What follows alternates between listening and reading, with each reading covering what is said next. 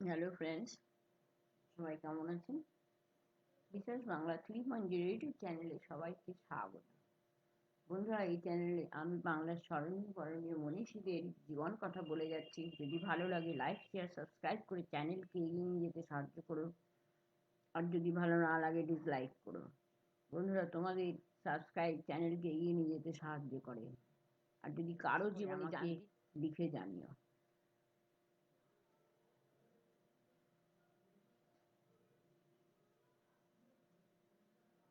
আমি আজকে বলছি লাল বাহাদুর শাস্ত্রীর সংক্ষিপ্ত জাতির সেবায় নিয়োজিত করে যারা ভারত ভূমিতে বিখ্যাত হয়েছেন তাদের মধ্যে লাল বাহাদুর শাস্ত্রী অন্যতম। 1904 খ্রিস্টাব্দে 2রা অক্টোবর মোগল গ্রহণ করেন। তার পিতা সারদা প্রসাদ শিক্ষক ছিলেন। উদার দৃষ্টিভঙ্গি, সদাচার, ধর্মনিষ্ঠা, সত্যবাদিতা, বিনয় প্রভৃতি গুণাবলীর কোনোটারই অভাব তার চরিত্রে ছিল না। তার অকাল মৃত্যু হলে লাল বাহাদুর শাস্ত্রীর মা দুটি কন্যা ও শিশু লাল বাহাদুরকে নিয়ে পিতার আশ্রয়ে যেতে বাধ্য হন।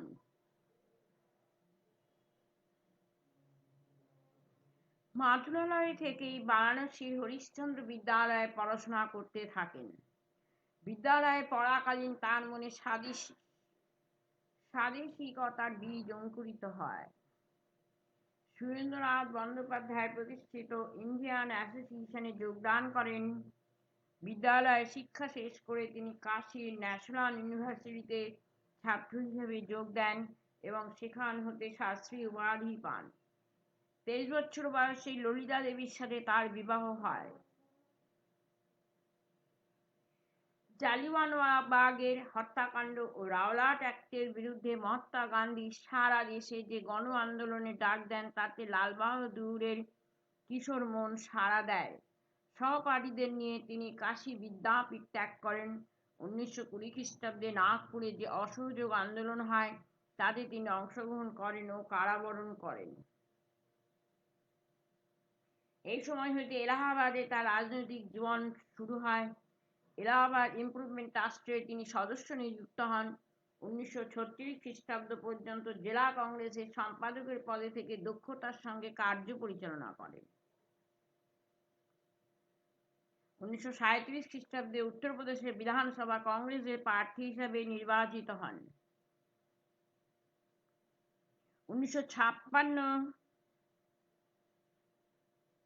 1956 খ্রিস্টাব্দে শোচনীয় এক রেল দুর্ঘটনার দায় স্বীকার করে তিনি পদত্যাগ করেন। অনিচ্ছা সত্ত্বেও পরে পদত্যাগপত্র প্রত্যাহার করে নেন।